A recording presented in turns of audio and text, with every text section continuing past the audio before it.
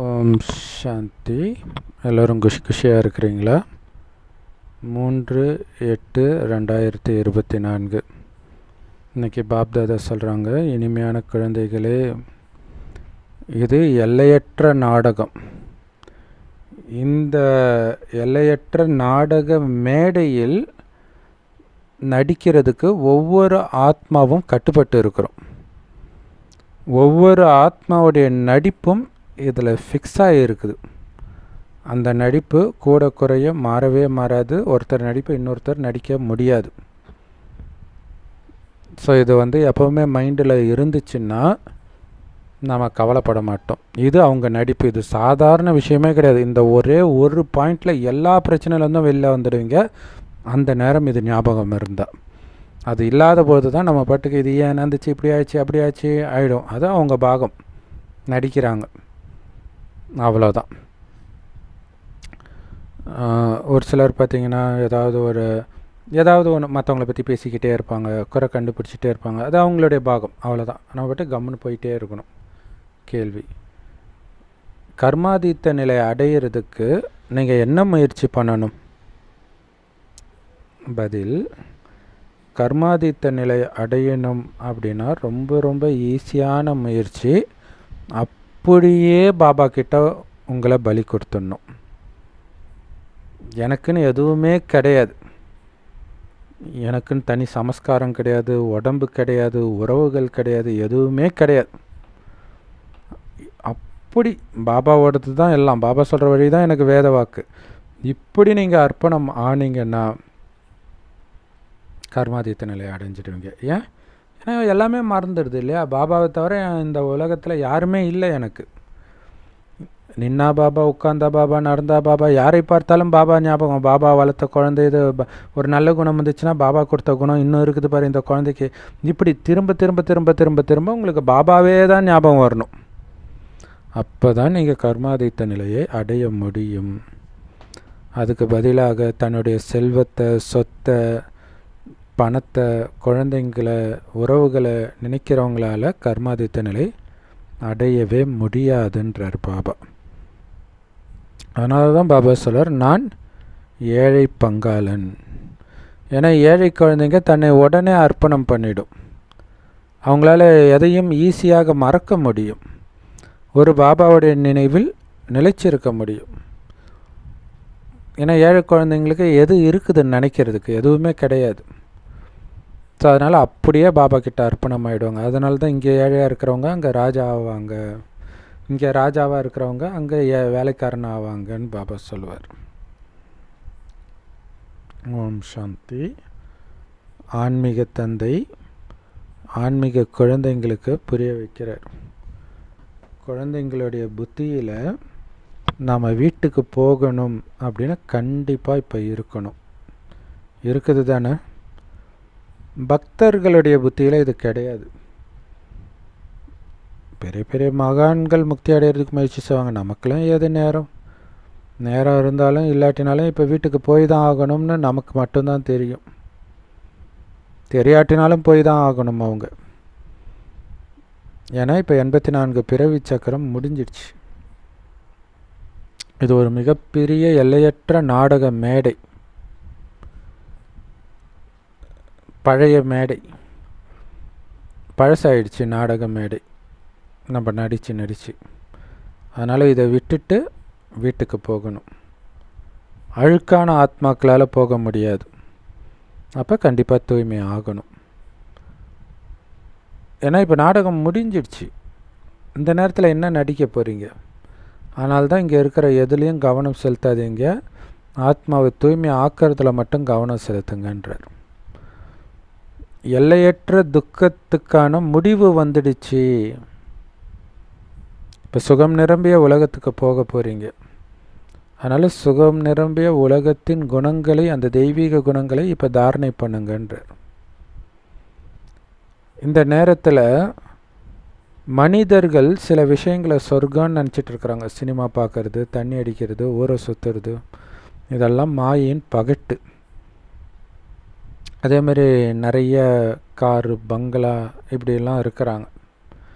இது மாயையுடைய போட்டி போடுது கடவுள்கிட்ட. நீ ஒரிஜினல் சொர்க்கத்தை கொடு, சொல்லுவாங்க இல்லையா, ஒரிஜினல் தங்கத்தை விட கவரிங் தான் ரொம்ப ஜொலிக்கும்ன்ட்டு. அந்த மாதிரி மாயை பண்ணுது. சொர்க்கத்துக்கும் நரகத்துக்குமான போட்டி. நரகமே சொர்க்கம் மாதிரி ஜொலிக்க வைக்கிது இந்த மாயா. ஆனால் இதில் கிடைக்கிறதெல்லாம் தற்காலிக சந்தோஷம். மாயையோடைய டெம்டேஷன் தான் இருக்குது.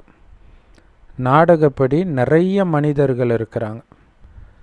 ஆரம்பத்தில் ஒரே ஒரு ஆதிசநாதன தேவி தேவதா தர்மம் தான் இருந்தது. ஸோ ஒரே ஒரு தர்மம் இருந்தாலே நல்லா இருக்கும். அதுவும் அது ஆதிசநாதன தேவி தேவதா தர்மமாக இருந்தால் எப்படி இருக்கும்? இப்போ பாருங்கள், மேடை நிரம்பி வழியுது நடிகர்களால். ஸோ அதனால் மேடையை காலி பண்ணணும். நாடகமே முடியுது. எல்லாம் தம பிரதானம் ஆயிட்டாங்க. உலகமே தம பிரதானம் ஆயிடுச்சு. அதனால் இப்போ உலகமே சதோ பிரதானமாக மாறணும், புதியதாக மாறணும். பழையதிலிருந்து புதியதாகவும் புதியதிலிருந்து பழையதாகவும் எண்ணற்ற முறை இந்த உலகம் மாறி இருக்குது. இது அனாதியான நாடகம்.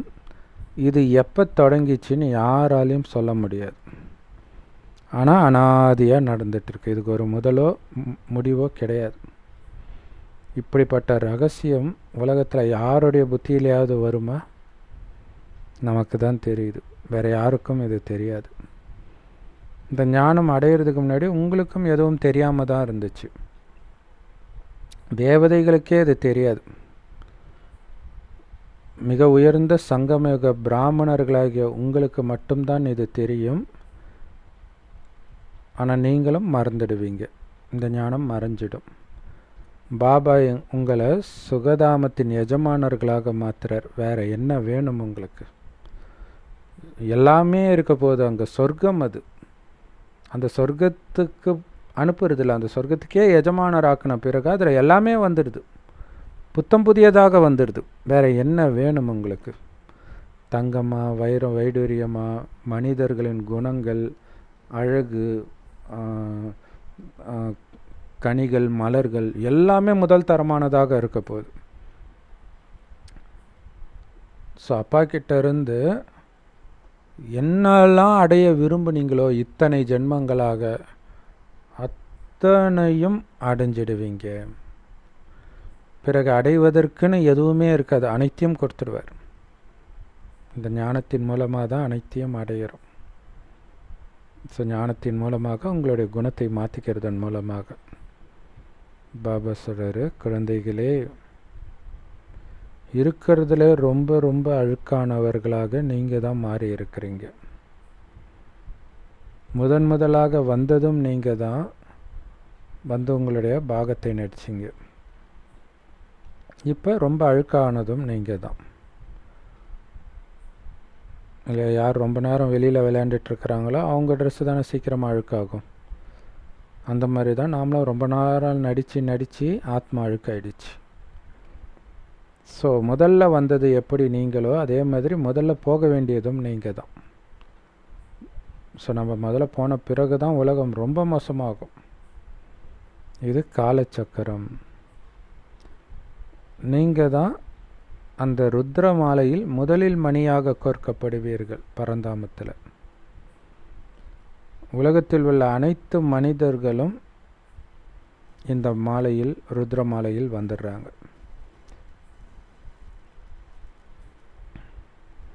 இப்போவே, அதாவது மனிதர்களே இந்த மாலையில் கோர்க்கப்பட்டிருக்கிறாங்கன்றார். இல்லை, ஒரு விதமான பந்தனத்தில் இருக்கிறாங்களே. ஸோ பிறகு இந்த மாலையிலிருந்து விடுபட்டு பரந்தாமத்துக்கு போயிடுவாங்க. ஸோ அங்கே ருத்ர மாலை இருக்கும். பிறகு அங்கேருந்து இங்கே வந்து மறுபடியும் மனித சிருஷ்டி மாலையில் கோர்க்கப்படுவாங்க. இது மிகப்பெரிய மாலை. சிவபாபாவுக்கு எத்தனை குழந்தைகள் பாருங்கள். உலகத்தில் யாருக்குமே இத்தனை குழந்தைகள் கிடையாது. தேவதைகளாகி நீங்கள் தான் முதலாக வரீங்க. இது எல்லையற்ற மாலை. இதில் நீங்கள் எல்லோரும் மணிகளாக கோர்க்கப்பட்டிருக்கிறீங்க. ருத்ர மாலை விஷ்ணு மாலைன்னு சொல்கிறாங்க, ஆனால் பிரஜாபிதா பிரம்மா மாலைன்னு ஒன்று கிடையாது. அதாவது பிரம்மகுமாரிகளுக்கு மாலை கிடையாது.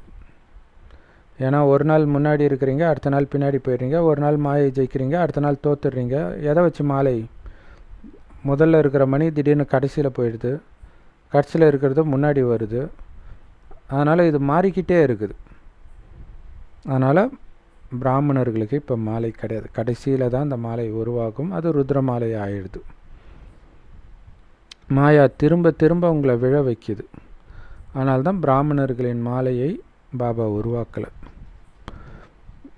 எப்போ நீங்கள் முழுசாக பாஸ் ஆகுறீங்களோ அப்போ விஷ்ணு மாலை உருவாகிடும் கடைசியில். உண்மையிலே இந்த பிரஜாபிதா பிரம்மாவுடைய வம்சாவளி மரம் இருக்குது. அது எல்லா மதத்துலேயுமே பிரம்மாவை தான் அங்கே ஆதாம் சொல்கிறாங்களே, ஸோ ஆதாமை வச்சு வம்சாவளி மரத்தை உருவாக்குவாங்க. ஸோ நம்ம பாஸ் ஆன பிறகு பிரம்மாவின் மாலையும் உருவாகுதுன்னு சொல்லலாம். ஏன்னா வம்சாவளி மாலை உருவாகுது, மரம் உருவாகுது. மற்றபடி இந்த சங்கம யுகத்தில் மாலை உருவாக்க முடியாது. ஏன்னா இன்றைக்கி தூய்மை ஆகுறீங்க, நாளைக்கே மாயை அரைஞ்சி உங்களை தூய்மை இழக்க வச்சு அனைத்தையும் இழக்க வச்சிடுது. அப்போ அது வரைக்கும் நீங்கள் சேர்த்து வச்சதை அத்தனையும் இழந்துடுறீங்க. அப்போ அந்த மாலையிலிருந்து தனியாக விலகிடுறீங்க. பாபா சொல்கிறார், யோசிச்சு பாருங்கள், எங்கேருந்து விழுறீங்கன்னு யோசிச்சு பாருங்கள். 10 வருஷம் 15 வருஷம் ஆத்மா தூய்மையாக இருந்துட்டு விழுது விகாரத்தில்னா எவ்வளோ உயரம் முன்னேறி போயிருக்கோம். அங்கேருந்து விழுதுன்னா எவ்வளோ நஷ்டம்னு யோசிச்சு பாருங்கன்றார். இல்லை காமத்தில் வந்தீங்கன்னா ஃபுல்லாக அக்கௌண்ட்டு 0 ஆகிடுன்றார். நீங்கள் எத்தனை வருஷத்து பாபா குழந்தையாக வேணாலும் இருங்க. அப்போ இத்தனை வருடம் நீங்கள் கஷ்டப்பட்டு ஏறினதெல்லாம் வழுக்கு மரத்தில் சல்லுன்னு வழுக்கி கீழே விழுந்துட்டீங்கன்னு அர்த்தம். பரமபத விளையாட்டில் பாம்பு கொத்தி கீழே கடைசியில் முதல் இடத்துல வந்து நின்றுடுவீங்க, ஆரம்பித்த இடத்துலையே. ஸோ அதனால் அதை யோசித்து பாருங்கன்ற. அப்போ தான் அந்த எச்சரிக்கை உணர்வு வரும். பாபா நம்மளை உலகத்துக்கே எஜமானர் ஆக்குறாரு. அப்போ நம்ம எவ்வளோ எச்சரிக்கை உணர்வோடு இருக்கணும். அவருடைய ஸ்ரீமத் படி நீங்கள் நடந்தீங்கன்னா உயர்ந்த பதவியை அடைய முடியும். மாயக்கிட்ட தோத்துட்டிங்கன்னா சேர்த்து வச்ச வருமானம் எல்லாம் காலி. அப்படி வருமானத்தை ஒரு வினாடியில் ஃபோனு ஊதுறது எதுனா காம விகாரம் தான் மிகப்பெரிய எதிரின்றார். எவ்வளோ எச்சரிக்கை இருக்கணும் யோசிச்சு பாருங்கள். ஸோ அதில் மட்டும் நீங்கள் தோல்வி அடையவே கூடாது ஒருபொழுதும். மற்ற விகாரங்கள்லாம் அதோடைய குழந்தை குட்டிங்க தான். நீங்கள் காமத்தை வென்றுட்டாலே எல்லாத்தையும் வென்றுடுவீங்க. ஸோ அதனால தான் மிகப்பெரிய எதிரின்னு இந்த காம விகாரத்தை பாபா சொல்கிறார். நேற்றுமே பயங்கர எச்சரிக்கை கொடுத்தாரு, இன்றைக்கும் சொல்கிறார். ஸோ அதனால் இந்த காமத்தை தான் நீங்கள் வெல்லணும். காமத்தை வெல்வதன் மூலமாக நீங்கள் உலகத்தையே வென்றவர்கள் ஆகிறீங்க. இந்த 5 விகாரங்கள் அரை கல்பத்தின் எதிரி. உங்களுக்கு உங்களை விடுறதே கிடையாது. அரை கல்பத்துக்கு ஏதாவது ஒரு விகாரம், நீங்கள் சிந்திக்கிற ஒவ்வொரு எண்ணத்திலும் இந்த விகாரம் இருக்கும். ஒன்று காமம் சம்மந்தப்பட்டதாக இருக்கும், கோபம் சம்மந்தப்பட்டது, பற்று, பேராசை, அகங்காரம். ஆக்சுவலாக இந்த விகாரம் சம்மந்தப்பட்ட எண்ணம் வரும்போது தான் உங்களுக்கு சந்தோஷமே வந்திருக்கும் அரை கல்பத்தில். அதுதான் சந்தோஷமே நினச்சிருப்பீங்க.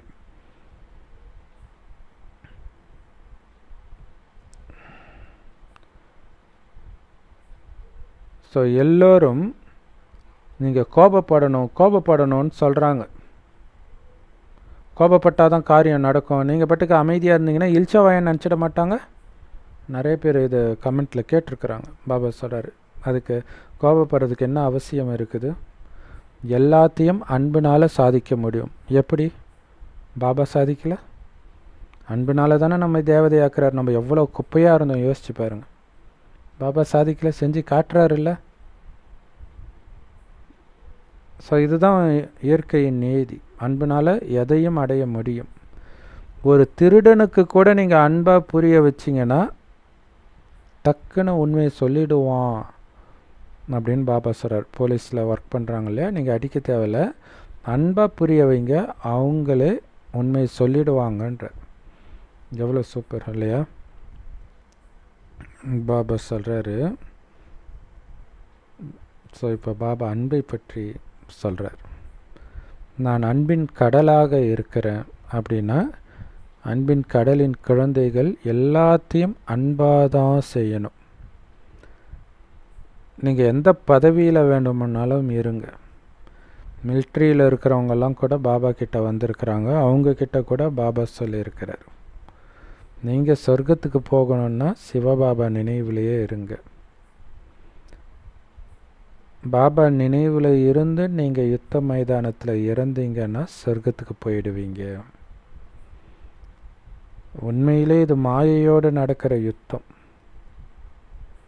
இல்லையா? இந்த யுத்தத்தில் நாம் தோற்றுடக்கூடாது, அதுதான் முக்கியம்.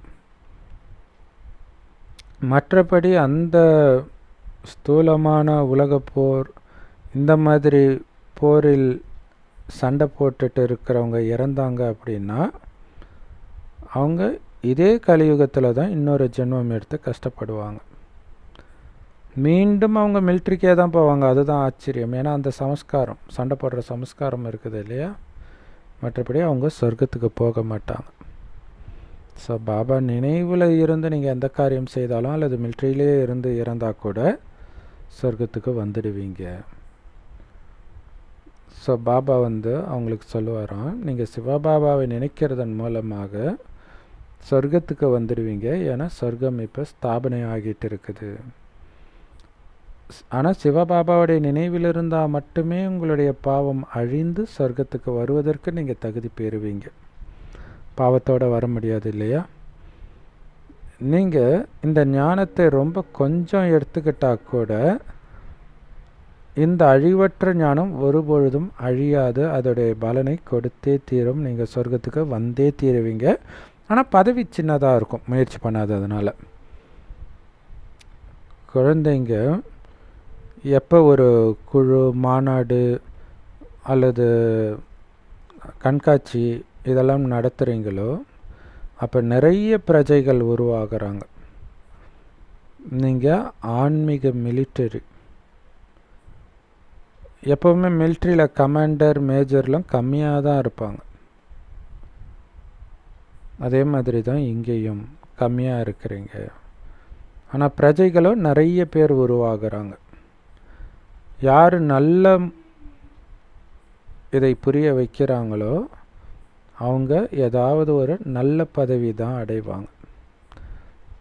ஸோ அவர்களிலும் முதல் தரமானவர்கள், இரண்டாம் தரமானவர்கள், மூணாம் தரமானவர்கள்னு இருக்கிறாங்க. நீங்கள் இந்த ஞானத்தை கொடுத்துக்கிட்டே இருந்தீங்க அப்படின்னா சிலர் உங்களை மாதிரியே ஆயிடுவாங்க.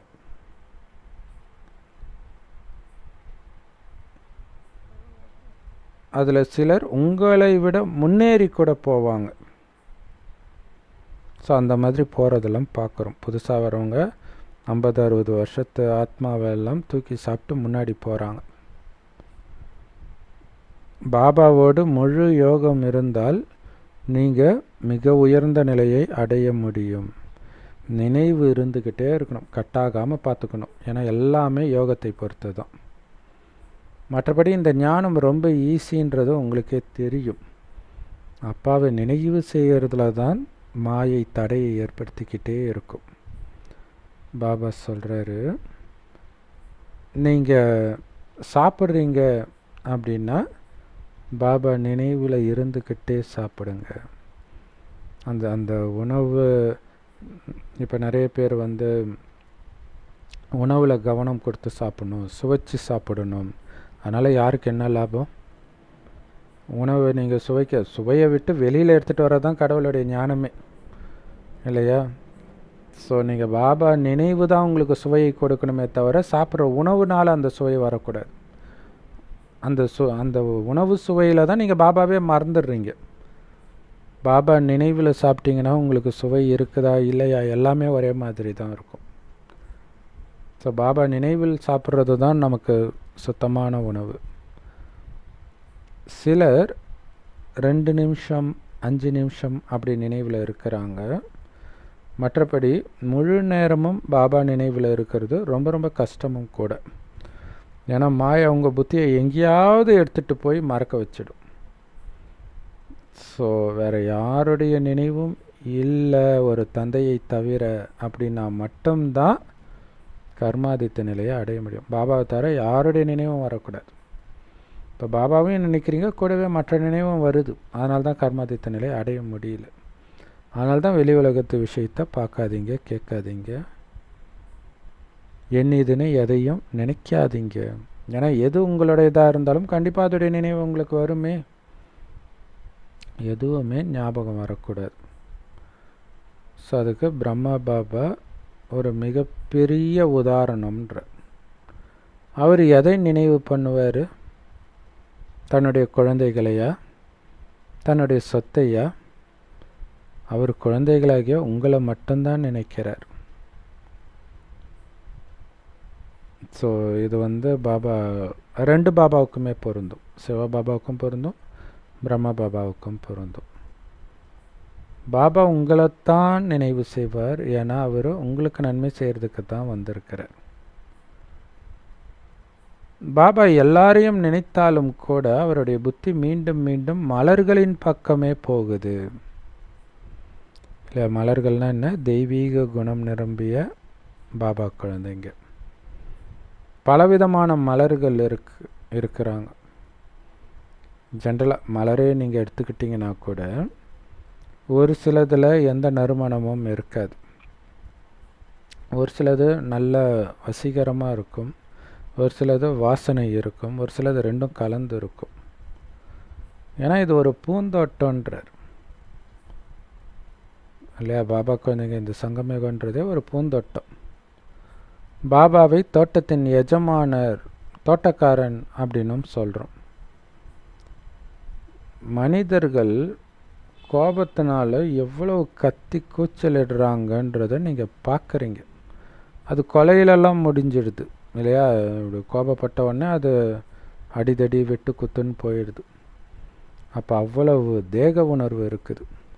ஒருத்தன் ஒன்று சொல்லிட்டா நான் எப்படி கம்முன்னு இருப்பேன்ட்டு கத்த ஆரம்பிச்சிடுறாங்க. பாபா சொல்கிறாரு, யாராவது அப்படி கோபப்பட்டால் நீங்கள் அமைதியாகிடுங்க. உடனடியாக உங்களுக்கு கொடுக்கப்பட்ட கட்டளை என்ன? அமைதியாகிடணும். அந்த மிலிட்ரியில் இருக்கிறவங்க எதிரி இப்படி அசைஞ்சா இப்படி அட்டாக் பண்ணணும்னு சொல்லுவாங்க. நமக்கு இந்த மிலிட்ரிக்கு பாபா கற்றுக் கொடுக்குறதுனா நீ அமைதியாகு. ஏன்னா நீ அழிக்க வேண்டியதே அந்த கோபத்தை தான். நீ ஸ்லைட்டாக பேசிட்டு கொடுத்தனா உன்னை அறியாமல் நீ கோபப்பட்டுருவ, அல்லது அவங்கள இன்னும் கோபத்தை தூண்டுவ. அமைதியாகிடு. ஏன்னா கோபம் ஒரு பெரிய பூதம். ஸோ அந்த பூதத்துக்கிட்ட அமைதியில்தான் உங்களுக்கு பதிலாக கொடுக்கணும். ஏன்னா எது பேசினாலும் அது டென்ஷன் ஆகிடும் இல்லையா? கோபம் இருக்கிறவங்க கிட்ட நீங்கள் எது பேசினாலும் டென்ஷன் ஆவாங்க. ஸ்ரீமத் பகவத்கீதை கடவுளுடைய கட்டளை. அதை தான் ஸ்ரீமத் பகவத்கீதை என்றும். அது அனைத்து வேதங்களின் சிரோன்மணி. கடவுள் தான் கடவுளுடைய வழி ஸ்ரீமத்தை கொடுக்கிறார். ஸ்ரீனா உயர்ந்த, மத்துனா வழி. ஸோ கடவுளுடைய வழி தான் உயர்ந்த வழி. ஸோ கடவுளுடைய வழியை பற்றியும் சொல்கிறாரு, அசுர வழியை பற்றியும் சொல்கிறாரு, தெய்வீக வழியை பற்றியும் புரிய வைக்கிறார். இப்போ நமக்கு ஈஸ்வரிய வழி கிடைக்குது. இதுக்கு முன்னாடி அசுர வழிப்படி நடந்தோம். சொர்க்கத்தில் தேவதைகளுடைய தெய்வீக வழி கிடைக்கும். நமக்கு ராஜயோக ஞானத்தை கற்றுக் கொடுக்கிறாரு பாபா. ஆனால் இந்த ஞானம் பிறகு மறைஞ்சிடும். ஸோ இந்த ஞானத்தை வச்சுட்டு நீங்கள் என்ன பண்ண போகிறீங்க? ராஜா ராணி ஆன பிறகு, சொர்க்கத்துக்கு போன பிறகு தேவையில்லை இல்லையா? அதனால் அது மறைஞ்சிடுது. ஆனால் இந்த ஞானத்துடைய பலனை 21 பிறவிகளுக்கு நீங்கள் அனுபவிப்பீங்க. ஆனால் அப்போ உங்களுக்கு தெரியாது. சங்கமயுகத்தில் இந்த முயற்சி பண்ணதுனால தான் நான் இந்த பதவியை அடைஞ்சிருக்கிறேன்னு உங்களுக்கு தெரியாது. என்ன முயற்சி பண்ணீங்கன்னு உங்களுக்கு தெரியாது. நாம் பல கோடி தடவை சத்தியுகத்திற்கு அந்த தங்க யுகத்துக்கு போயிருக்கிறோம். இந்த காலச்சக்கரம் திரும்ப திரும்ப சுற்றிக்கிட்டே இருக்குது. சத்தியுகமும் திரேத்தா யுகமும் இந்த ஞானத்தின் பலன்றார் இல்லையா? இந்த ஞானத்துடைய பலனாக கிடைக்கிறது தான் சத்தியுகமும் திரேத்தா யுகமும். இந்த ஞானம் அங்கே கிடைக்காது. ஞானம் கிடைக்கிறது சங்கமயுகத்தில், இதோடைய பலன் கிடைக்கிறது சத்தியுக திரேதாயுகத்தில். இல்லை ஒரு சினிமா தியேட்டருக்கு ஏதோ ஒரு ஃபங்க்ஷனுக்கு போகிறோம், சர்க்கஸ்ஸு, இது மாதிரி எதுவாக இருந்தாலும் வெளியில் டிக்கெட் விற்பாங்க. எதுக்கு? உள்ளே போகிறதுக்கு. அந்த மாதிரி சொர்க்கத்துக்கு போகிறதுக்கான டிக்கெட் கிடைக்கிற இடம் இந்த சங்கமயுகம். அந்த டிக்கெட் எப்படி முயற்சி செஞ்சு அடையிறீங்க. மற்றபடி சத்தியுகத்தில் போய் நாம் இந்த ஞானத்தை அடையிறது கிடையாது. பாபா உங்களுக்கு இந்த ஞானத்தை கொடுக்கிறார். இந்த ஞானம் உண்மையிலே நீங்கள் அரைக்கல்பமாக செய்த பக்தியுடைய பலன்தான். பக்தியின் பழம் இந்த ஞானம். இருக்கிறதுல அதிக பக்தியை நீங்கள் தான் பண்ணியிருக்கிறீங்கன்னு பாபா சொல்லியிருக்கிறார். இப்போ அந்த ஒரு தந்தையை மட்டும் நினைவு பண்ணிக்கிட்டே இருங்க. தமோ பிரதானத்துலேருந்து சதோ பிரதானம் ஆகிடுவீங்க. இதுக்கு முயற்சி தேவை. நீங்கள் பக்தி அவ்வளவு பண்ணிங்க, அதுக்கு எந்த பலனும் கிடையாது. ஓகே, பாபா இந்த ஞானத்தை கொடுக்கிறார், அது மட்டும்தான். ஆனால் இந்த ஞானத்தின்படி பாபாவை நினைவு செய்ய செய்ய உங்களுக்கு அவ்வளோ பலன், கோடி மடங்கு பலன் ஒரு செகண்ட் நினைவுக்கு. இதன் மூலமாக தமோ பிரதானத்திலிருந்து சதோ பிரதானமாகவும் ஆகிறோம். இதில் தான் முயற்சி இருக்குது. பாபாவுடைய நினைவில் இருக்கணும், சதோ பிரதானம் ஆகணும் அப்படிங்கிறது சதா உங்களுக்கு கவனம் இருக்கணும். ஸோ இந்த படைப்புடைய முதல் இடைக்கடையை நினைவு செய்யுங்க. பிறகு நீங்கள் உலக மகா சக்கரவர்த்தியாக ஆக முடியும் அப்படின்னு பாபா சொல்கிறார். ஸோ நம்ம சிருஷ்டியின் முதல் இடைக்கடையை நினைக்க நினைக்க, அதாவது சுற்றிக்கிட்டே இருக்கிறோம். அந்த சக்கரத்தை சுத்த என்னாகுனா நம்மளுடைய புத்தி வீண் விஷயங்களே உள்ளே வராது. அதுக்காக தான் அதை சுத்த சொல்கிறது. அப்போ சக்கரவர்த்தி மகாராஜாவாகிடுவீங்கன்றார். நம்மை பகவான் பகவதியாக பாபா மாத்துறார்.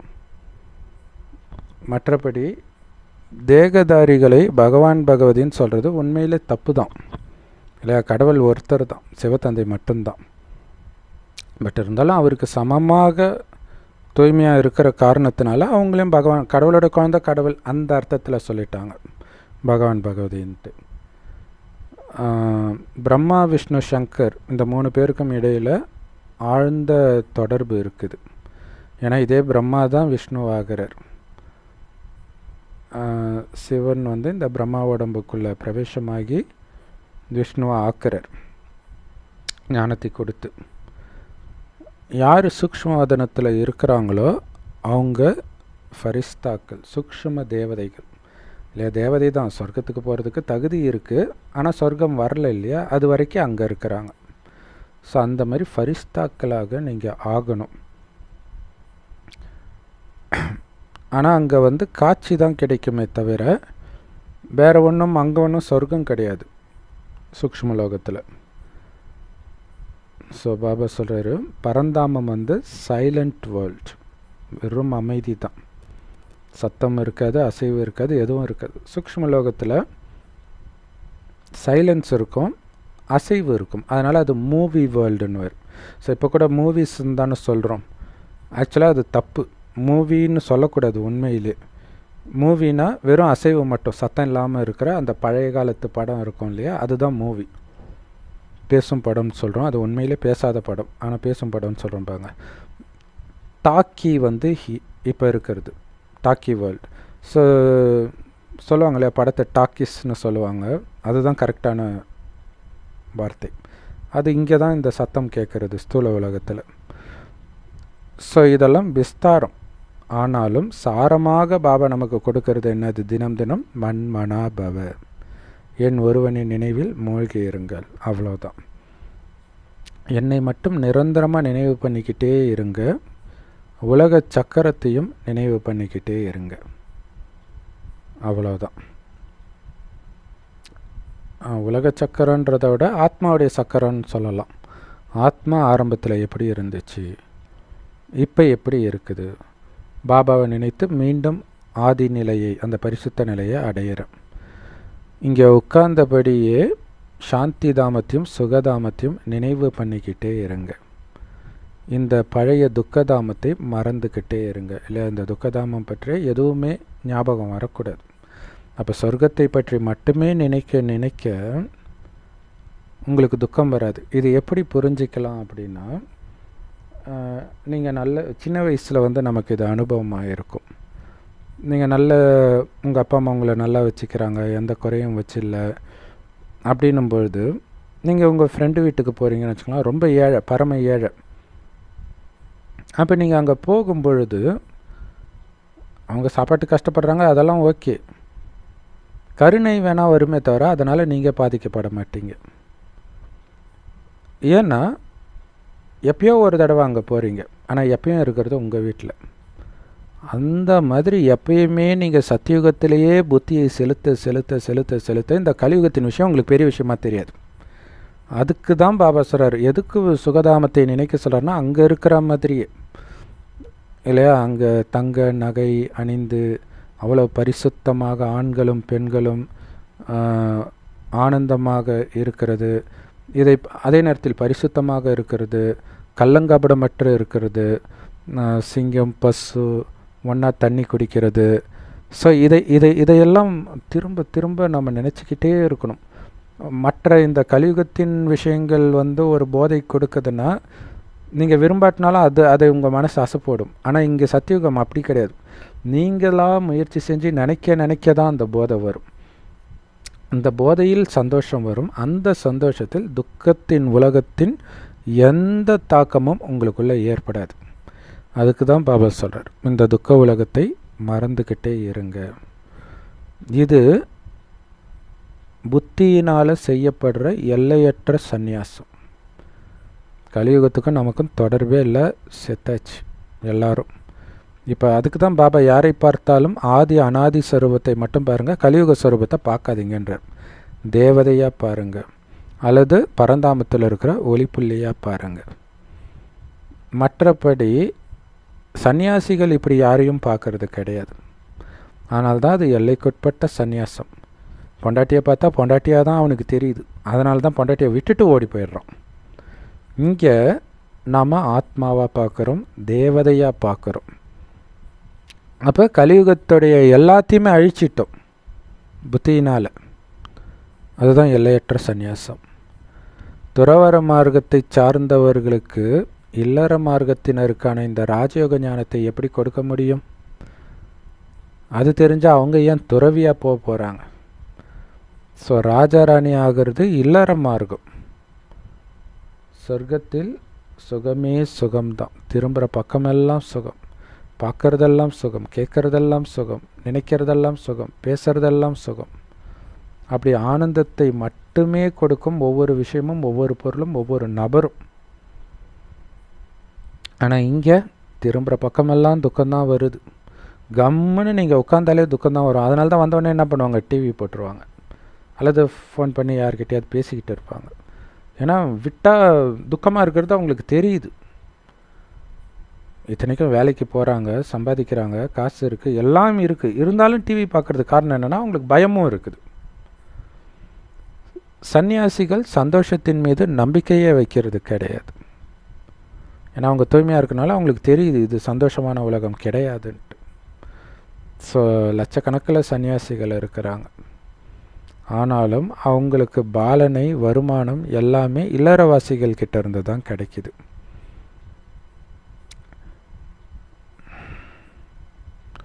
நீங்கள் ஆரம்பத்தில் உங்களுடைய காசை தானம் புண்ணியம் பண்ணுறதுல செலவு பண்ணீங்க. பிறகு பாவம் நிரம்பிய வியாபாரம் பண்ண ஆரம்பிச்சிங்க. அதனால் பாவி ஆத்மாக்களாக மாறிட்டீங்க இல்லையா? எப்படி சூப்பராக சொல்கிறார் பாருங்க. ஆரம்பத்தில் தானம் புண்ணியெல்லாம் பண்ணியிருப்போம், துவாபரகத்தில் சன்னியாசிகளுக்கு கொடுத்துருப்போம், அதெல்லாம் ஓகே.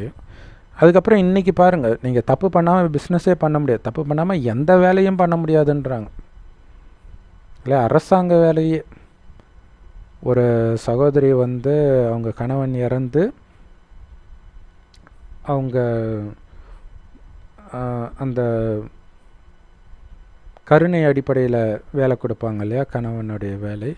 ஸோ அந்த மாதிரி ஒரு வேலையை கொடுக்குறாங்க. அவங்க வந்து சர்வேயர் வேலை, விஏஓவோட அவங்க சேர்ந்து தான் வேலை செய்யணும். அவர் கணவன் இல்லைன்னு தெரிஞ்சுக்கிட்டு மிரட்டுறார், என்கிட்ட நீ அட்ஜஸ்ட் பண்ணலன்னா நீ தப்பாக வேலை செய்கிறேன்னு சொல்லிடுவேன், உனக்கு வேலை போயிடும். அந்த அம்மாவே லஞ்சம் கொடுத்து தான் வந்திருக்குது. ஸோ அப்போ எப்படி உலகம் இருக்குதுன்னு யோசிச்சு பாருங்கள். உலகம் ஃபுல்லாக எங்கே பார்த்தாலும் ஆஸ்பத்திரியில் தப்பு நடக்குது. குறிப்பாக இந்த பாலியல் குற்றங்கள் எல்லா இடங்களும் நடந்துட்டு இருக்குது. ஸோ அப்போ அவங்க வேறு வழி இல்லாமல் சிக்கக்கூடிய நிலை இருக்குது. ஸோ இது இல்லாமல் லாபத்துக்காக பாவம் செய்கிறது, அதிக லாபம் வச்சு விற்கிறது, எல்லாமே பார்க்குறோம்.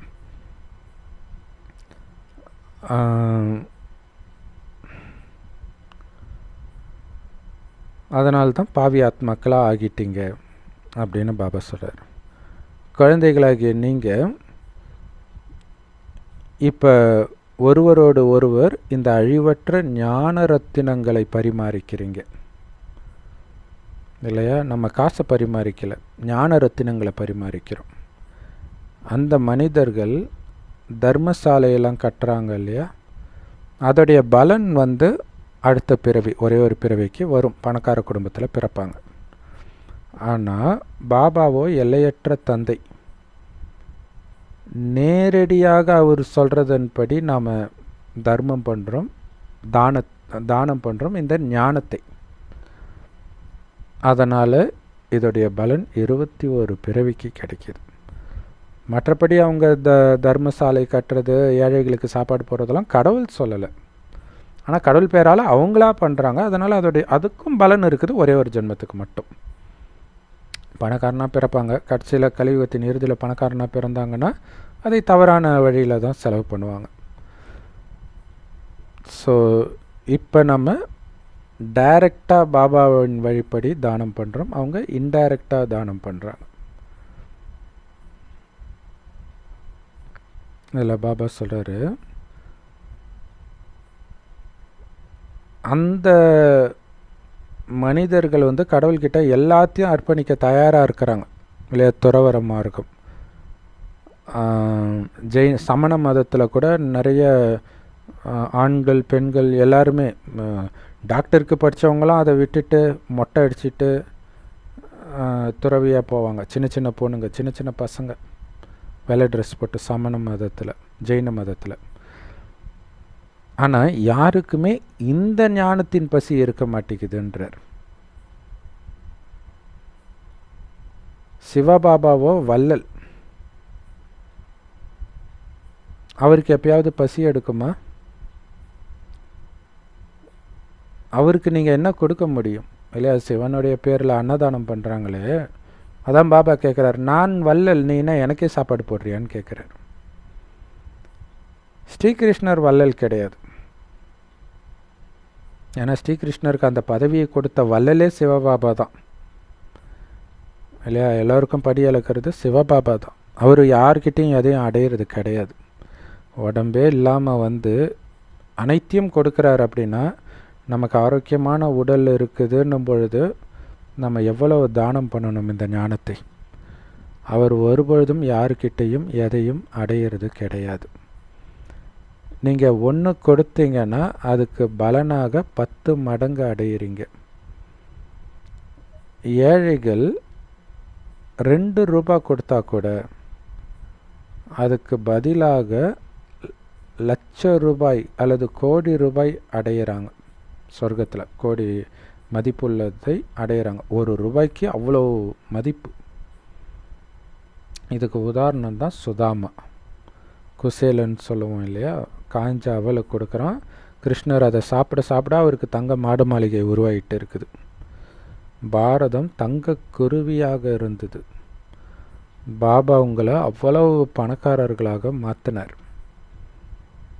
சோமநாதர் ஆலயத்தில் எவ்வளவு அளவற்ற செல்வம் இருந்தது யோசிச்சு பாருங்கள். சோமநாதர் ஆலயம் ஒன்றும் சொர்க்கத்தில் கட்டலை, நரகத்தில் தான் கட்டுறாங்க ஆரம்பத்தில். அதுலேயே அளவற்ற செல்வம் இருந்ததுன்னா சொர்க்கத்தில் எவ்வளோ செல்வம் இருந்திருக்கும். ஸோ அந்த சோமநாதர் ஆலயத்தை வந்து அவ்வளவு கொள்ளடிச்சிட்டு போனாங்க. அதாவது 17 முறை முகமது கஜினி அதுக்கு தான் வந்தான், கொள்ளையடிக்க. அந்த ஒரு கோயிலில் இருக்கிற செல்வத்தை கொள்ளையடிக்கிறதுக்கே 17 முறை வந்து நிறைய ஒட்டகமாக மேலே வச்சு எடுத்துகிட்டு போவானாம். ஸோ அங்கே வந்து பெரிய பெரிய வைடூரியங்கள்லாம் இருந்துச்சான். இப்போ அதெல்லாம் உங்களால் எங்கேயுமே பார்க்க முடியாதுன்றார். எல்லாமே துண்டு துண்டாக கட் பண்ணிட்டாங்க. ஆனால் மீண்டும் வரலாறு நடக்கும். அங்கே அனைத்து சுரங்கங்களும் நிரம்பி இருக்கும் உங்களுக்காக. வைடூரியம் எல்லாம் உங்களுக்கு சாதாரண கூழாங்கல் மாதிரி அவ்வளவு அளவற்று இருக்குன்றார். பாபா உங்களுக்கு அழிவற்ற ஞான ரத்தினங்களை கொடுக்கிறார்.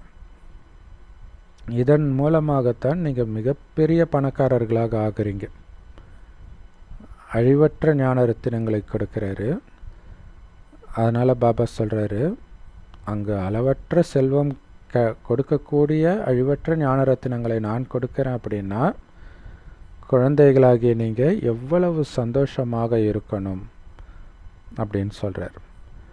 நீங்கள் எந்த அளவுக்கு இந்த படிப்பை படிச்சுக்கிட்டே இருக்கிறீங்களோ அந்த அளவுக்கு உங்களுக்கு சுகத்தின் அளவு அதிகரிச்சுக்கிட்டே இருக்குன்றார். இல்லை, ஏன்னா இதை நீங்கள் வெறும் படிப்பாக பார்க்கக்கூடாது. ஒரு முரளியில் ஒரு லைன் அங்கே 1 வருஷத்துக்கான ஆஸ்தி. அதை புரிஞ்சு உணர்ந்து கிரகிக்கும் பொழுது அப்போ உங்களுக்கு எவ்வளோ சந்தோஷம் இருக்கணும். அப்போ எந்த அளவுக்கு படிக்கிறீங்களோ உணர்ந்து அந்த அளவுக்கு சந்தோஷத்தின் அளவு அதிகரிச்சுக்கிட்டே இருக்குன்றார். யாராவது முக்கியமான பரீட்சையில் பாஸ் ஆகுறாங்க அப்படின்னா அவங்களுடைய புத்தியில் நான் இதை பாஸ் ஆகி கலெக்டர் ஆக போகிறேன், டாக்டர் ஆக போகிறேன், அந்தந்த பரீட்சைக்கு ஏற்ற மாதிரி அவங்களுக்கு தெரியும். அப்போ நான் இந்த ஞானத்தை எடுக்கிறது, இதனால் வரக்கூடிய பரீட்சையில் பாஸ் ஆகிறது நாராயணன் ஆகிறதுக்கு அப்படிங்கிறது உங்களுக்கு ஏன் தெரிய மாட்டேங்குது? அது தெரியாததுனால தான் ஃபெயில் ஆகிடுறோம். 24 மணி நேரமும் இந்த டெஸ்ட் பேப்பர் நடந்துக்கிட்டே இருக்குது. அதை நாம் புரிஞ்சுக்கணும். நாமளும் அந்த தேவதைகளாக மாறப்போகிறோம். இப்போ ஜட சித்திரங்கள் மட்டும் கோயிலில் இருக்குது. நாம் அங்கே உயிரோட்டமாக சொர்க்கத்தில் இருப்போம். மற்றபடி நாம் உருவாக்கி இருக்கக்கூடிய இந்த லக்ஷ்மி நாராயணன் சொர்க்கம், ஏணிப்படி சித்திரம், சிருஷ்டி மரம், சிருஷ்டி சக்கரம், இந்த படங்கள்லாம் எங்கேருந்து வந்துச்சு? இதெல்லாம் பாபா நமக்கு திவ்ய திருஷ்டி மூலமாக காட்டினார். அதைத்தான் வரைஞ்சாங்க. ஸோ இந்த படங்கள் ரொம்ப ரொம்ப அற்புதமானவை. ஆனால் சில மனிதர்களுக்கு இது கடவுள் தான் திவ்ய திருஷ்டி கொடுத்து வரைஞ்சாருன்னு புரிஞ்சிக்காம பிரம்மா ஏதோ உருவாக்கி இருக்கிறாருன்னு தப்பாக புரிஞ்சுக்கிறாங்க. பாபா கேட்குறாரு, சரி பிரம்மாவுக்கு இந்த ஞானம் எங்கேருந்து வந்தது?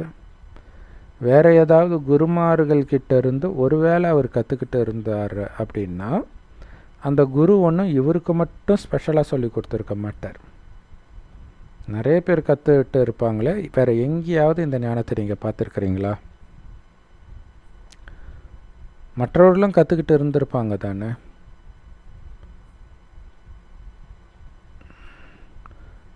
ஸோ இவர் சொல்கிறாரு, பிரம்மா பாபா சொல்கிறாரு, நான் மற்றவர்கள்கிட்ட எதையும் எந்த மனிதர்கள்கிட்டையும் இதை கற்றுக்கலை.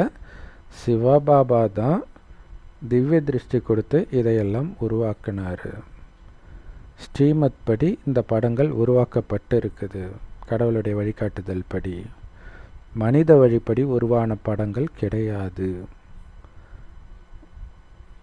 ஸோ எல்லா படங்களும் பாபா உருவாக்குனதும் சரி, மனிதர்கள் உருவாக்கிய பக்தி மார்க்கத்தின் படங்களும் சரி, எல்லாமே அழிய போகுது. அதோடைய பேரடையாளம் கூட இருக்க போகிறது கிடையாது. ஏன்னா இது உலகத்துடைய கடைசி நேரம் வந்துடுச்சு. பக்தியோடைய விஸ்தாரம் எவ்வளோ இருக்குது பாருங்கள்.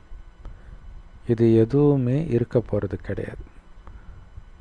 இல்லை இந்த கோயிலுக்கு போகிறாங்க, அந்த கோயிலுக்கு போகிறாங்க, அதனால் அடிச்சிக்கிறாங்க, எதுவுமே இருக்க போகிறது கிடையாது. ஏன்னா புது உலகத்தில் எல்லாமே புதியதாக இருக்கும். நாம் பல தடவை சொர்க்கத்தின் எஜமானர்களாக ஆகியிருக்கிறோம். பல தடவை மாயை நம்மளை தோல்வி அடையவும் வச்சிருக்குது. இந்த விகாரங்களைத்தான் மாயான்னு சொல்கிறோமே தவிர செல்வத்தை கிடையாது, அழகை கிடையாது, பெண்ணை கிடையாது. இல்லை, அதன் மீது உள்ள விகாரம் தான். அந்த செல்வத்தின் மீது பேராசை வரும்போது அது மாயை, பெண்ணின் மீது காமம் வரும்போது மாயை. பெண் மாயை கிடையாது, குழந்தை மாயை கிடையாது, அது மேலே பற்று வைக்கும்பொழுது மாயை. உங்களுக்கு உயர்ந்த பதவி கிடைச்சா அது மாயை கிடையாது, ஆனால் அந்த பதவி அகங்காரத்தில் ஆடும்பொழுது அது மாயை, அகங்காரம் மாயை. ஸோ குழந்தைங்க அரைக்கல்பமாக இந்த மாயை சங்கிலியில் சிக்கப்பட்டிருக்கிறீங்க. ராவணன் தான் இருக்கிறதுலே மிக பழைய எதிரி. அவனுடைய ராஜ்யம் அரை கல்பமாக தொடர்ந்து வந்துக்கிட்டே தான் இருக்குது. மற்றபடி லட்சக்கணக்கான வருடங்கள் கல்பம் நடக்குதுன்னு அவங்க சொல்கிறாங்க இல்லையா? அதுவும் எப்படி சொல்லுவாங்க அப்படின்னா, கலியுகத்தை விட டபுள் மடங்காக இருக்கும் துவாபர யுகம், அதை விட டபுள் மடங்காக இருக்கும் திரேதா யுகம், அதை விட டபுள் மடங்காக இருக்கும் சத்யுகம். ஸோ அப்போ பிரம்மாவின் பகல் பிரம்மாவின் இரவுன்னு பாதி பாதியாக வராதே. ஸோ பாதி பாதியாக வரலன்னா அது எப்படி சரியாக இருக்கும்? ஸோ பாபா சொல்கிற ஞானத்துக்கும் அதுக்கும் எவ்வளோ பெரிய வித்தியாசம் இருக்குது. பகல் இரவுனா சமமாக தானே இருக்கணும். ஸோ பாபா சொல்கிறாரு, ஒவ்வொரு கல்பத்தின் முழு கல்பத்தின் ஆயுள் 5000 வருடம் மட்டுமே. அதில் அதிகபட்சமாக 84 பிறவிகள் தான் எடுக்கிறாங்க. மற்றபடி 84 லட்சம் பிறவிகள்ன்றது பச்சை பொய்யின்றார். அந்த சூரிய வம்சத்து சந்திர வம்சத்து தேவதைகள் என்ன லட்சக்கணக்கான வருடங்கள் ஆட்சி செஞ்சாங்க? இப்போ மனிதர்களுடைய புத்தி வேலை செய்ய மாட்டேங்குது இல்லையா? ராமர் 11,000 ஆண்டார், எப்படி அது சாத்தியம்? இப்போ சொல்கிறாங்க 7,000 வருஷம் முன்னாடி தான் அவர் ஆட்சி செஞ்சார். அப்போ 11,000, அப்போ அதுக்கு ஒரு விளக்கம் கொடுக்குறாங்க. அவர் ஒரு ரஜினி படத்தில் சொல்கிற மாதிரி, நான் ஒரு தடவை சொன்னேன் 100 தடவை சொன்ன மாதிரி, அவருடைய ஆட்சி நல்லா இருந்ததுனால ஒரு வருடம் 1000 வருடத்தோடு ஒப்பிடப்பட்டிருக்குது அப்படின்னு என்னென்னமோ சொல்லிட்டு இருக்கிறாங்க. அதான் பாபா சொல்கிறார், அவங்களுடைய புத்தி வேலை செய்யலை பாவம். ஆனால் சன்னியாசிகளுக்கு என்ன நம்பிக்கை தெரியுமா? ஒருவேளை நம்ம சொல்கிறது தப்புன்னு ஒத்துக்கிட்டாங்க அப்படின்னா அவங்களுடைய சிஷ்யர்கள்லாம் அவங்கள விட்டுட்டு போயிடுவாங்க அம்போன்னு. அப்புறம் பெரிய புரட்சி ஆகிடும். அதனால தான் என்னென்னமோ கம்பி கட்டுற கதையெல்லாம் சொல்லிகிட்ருக்குறாங்க. அதனால தான் நீங்கள் சொல்கிற விஷயத்தை இப்போ அவங்க ஏற்றுக்க மாட்டுறாங்க. உண்மைன்னு தெரியும், ஏற்றுக்க மாட்டாங்க. ஏன்னா ஏற்றுக்கிட்டு அவங்களுடைய ராஜ்யத்தை அவங்க விட்டுருவாங்களா? சன்னியாசிகள்லாம் எவ்வளோ சுகபோகமாக வாழ்ந்துட்டுருக்குறாங்க. யோகா கற்றுக் கொடுக்குற குருமார்களும் எவ்வளோ சுகபோகமாக வாழ்ந்துட்டுருக்குறாங்க. கடவுள்னே நினச்சிட்டு இருக்கிறாங்க மக்கள். விட்டுருவாங்களா அதை? ஆனால் கடைசியில் கொஞ்சம் புரிஞ்சுக்குவாங்க, பட் இப்போ புரிஞ்சிக்க மாட்டாங்க.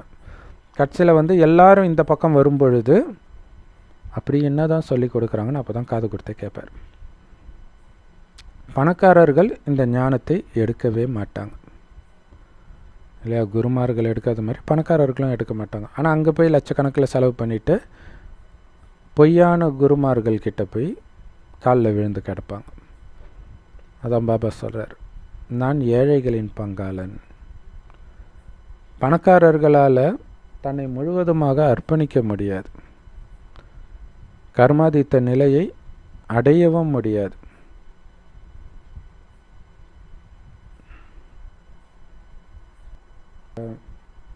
பாபா ரொம்ப சக்திசாலியான புத்திசாலியான வியாபாரி.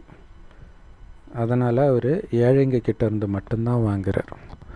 ஏன்னா பணக்காரர்கள் கிட்டேருந்து வாங்கினா திரும்ப கொடுக்க வேண்டி இருக்குமே. எப்படி சூப்பராக சொல்கிறார் பாருங்க. இல்லை ஏழைக்கு 1க்கு கோடி மடங்கு கொடுக்குறாரு. அப்போ பணக்காரர்கிட்ட நிறையா வாங்கினா அவ்வளோ கொடுக்க வேண்டி இருக்குமே.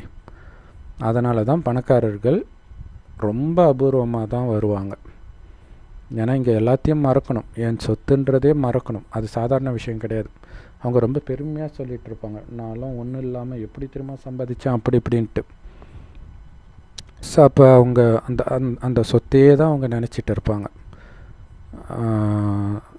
சமீபமாக பாபா இன்னொரு விஷயம் கூட சொல்லியிருந்தார். கடைசி நேரத்தில் வந்து எதெல்லாம் என்னதுன்னு பிடிச்சிட்டு இருக்கீங்களோ அதுதான் உங்களுக்கு ஞாபகம் வரும். உலகம் அழியும் பொழுது வேறு என்ன உங்களுக்கு ஞாபகம் வரும் அப்படின்னு கேட்டிருப்பார். கரெக்டு. உலகம் அழியும் போது கடவுளை நினைக்க முடியாதுன்றார். ஏன்னா அந்த நேரம் உங்கள் அப்பா அம்மா, கணவன் மனைவி, குழந்தை, சொத்து எல்லாம் உங்கள் கண்ணு முன்னாடி அழியும் போது அந்த நினைவு தான் உங்களுக்கு வருமே தவிர கடவுளுடைய நினைவு வராது. இப்போவே என்னது எதுவுமே இல்லைன்னு இறைவனை நினைத்து நினைத்து முழுக்க முழுக்க சத்தியுகத்திலே நீங்கள் வாழ்ந்தீங்கன்னா தப்பிச்சிடுவீங்க, இல்லைன்னா மாட்டிக்குவீங்க. ஸோ அதனால தான் பாபா சொல்கிறார், எப்போ உங்ககிட்ட எதுவுமே இல்லையோ அப்போ தான் உங்களால் கர்மாதித்த நிலையை அடைய முடியுன்றார். ஸோ அதனால தான் சென்டரில் இருக்கிறவங்களுக்கு இது ஈஸி, குடும்பத்தில் இருக்கிறவங்களுக்கு கம்பேர் பண்ணும்போது. ஆனால் அவங்களும் புத்தி வேறு எங்கேயாவது மாட்டி இருக்கலாம், அது வேறு விஷயம். பட் குடும்பத்தில் இருக்கும் பொழுது என்னுடைய இதுன்ற உணர்வு அதிகமாக இருக்கும். இல்லை என்னுடைய மனைவி, என்னுடைய குழந்தை, என்னுடைய சொத்து, பேரக்குழந்தை. ஸோ அப்போ எவ்வளோ முயற்சி பண்ணணும்னு யோசிச்சு பாருங்கள்.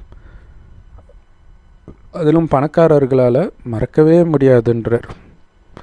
ரொம்ப ஃபேமஸாக இருக்கிறவங்க, தனக்கு பின்னாடி பெரிய கூட்டமே இருக்குதுன்னு நினைக்கக்கூடிய அரசியல்வாதி தலைவர்கள், இவங்களாம் எப்படி பாபாவை நினைப்பாங்க? முந்தைய கல்பத்தில் யார் ஆஸ்தி அடைந்தார்களோ அவங்க தான் அடைவாங்க. நல்லது. ஸோ அன்பான பாப்தாதாவுக்கு அன்பு நினைவுகள் மற்றும் காலை வணக்கம். எப்படி பாபா வந்து அன்பு கடலாக இருக்கிறாரோ அதே மாதிரி நீங்களும் மாஸ்டர் அன்பு கடலாகுங்க. எல்லாத்தையும் அன்பாக செய்யுங்க, கோபமே படக்கூடாது. கோபப்படுறீங்கன்னா இழக்கிறீங்கன்னு புரிஞ்சுக்கோங்கன்றார். யாராவது கோபப்பட்டாங்கன்னா நீங்கள் அமைதியாகிடுங்க. உங்களுடைய புத்தியை வந்து இந்த துக்கம் நிரம்பிய உலகத்தை மறக்க வைங்க. எல்லையற்ற சன்னியாசி ஆகிடுங்க அப்படிங்கிறார். எல்லையற்ற சன்னியாசி இல்லையா? இந்த உலகத்தில் உள்ள எதுவுமே உங்களுக்கு ஞாபகம் இருக்கக்கூடாது.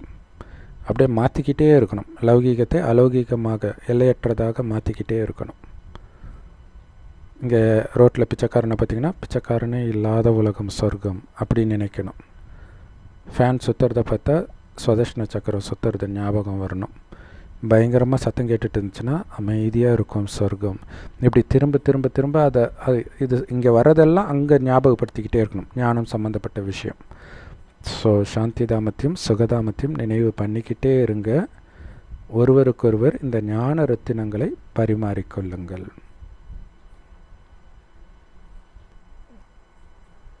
செம பவர்ஃபுல்லான வரதானம்.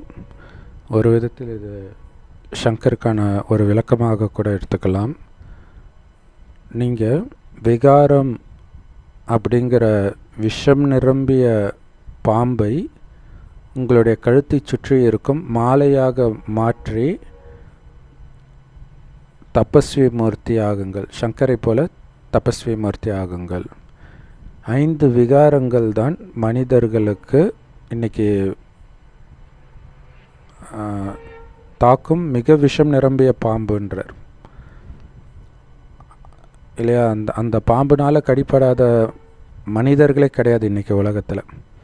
ஆனால் அதே பாம்பு உங்கள் கழுத்தில், யோகி ஆத்மாக்களாகிய உங்கள் கழுத்தில் அலங்காரம் செய்யக்கூடிய மாலையாக மாறிடுச்சு. எதனால் அப்படின்னா அந்த யோகத்தை உங்கள் வாழ்க்கையில் பிரயோகப்படுத்துறதுனால. பாம்பு கழுத்தில் போட்டால் என்ன ஆகும் இல்லையா? கடிக்கும். ஆனால் உங்களுக்கு அது மாலையாக இருக்குது. ஏன்னா யோக பலத்தினால அதை உங்களுக்கு அணிகலனாக மாற்றிட்டீங்க. ஸோ பிராமணர்களாகிய உங்களுடைய நினைவார்த்தம் மற்றும் பிரம்மா பாபாவுடைய நினைவார்த்தம் தான் சங்கர் ரூபத்தில் இல்லையா, அவர் தபஸ்யா பண்ணக்கூடிய ரூபத்தில், அந்த சூக்ஷ்ம உடலோட தபஸ்யா பண்ணக்கூடிய ரூபத்தில் இன்னைய வரைக்கும் பூஜை செய்யப்படுது.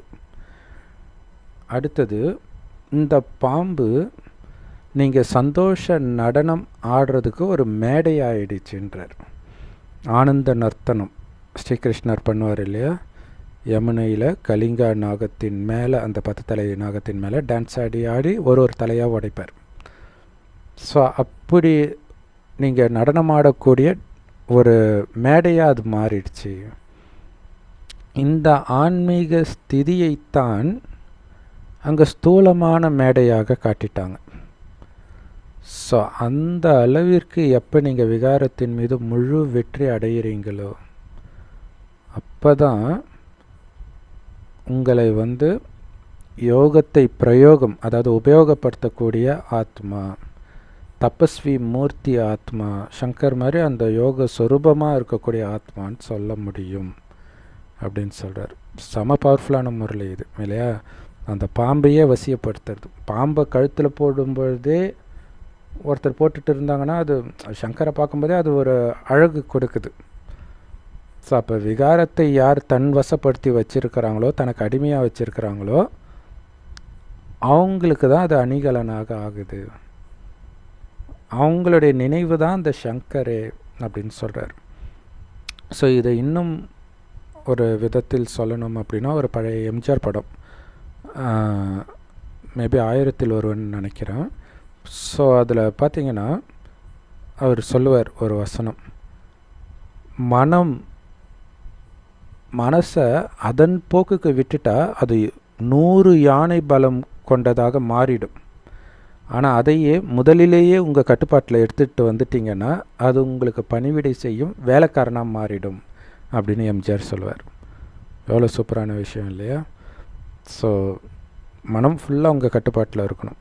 அது விகார எண்ணமாக இருக்கட்டும், வீண் எண்ணமாக இருக்கட்டும், ஆரம்பத்திலே அதை கட் பண்ணணும். இல்லாட்டினா அதுக்கு அவ்வளோ பெரிய பலம் வந்துடும் அப்படிங்கிற ஒரு மிகப்பெரிய ரகசியம் அதில் சொல்லியிருக்கு.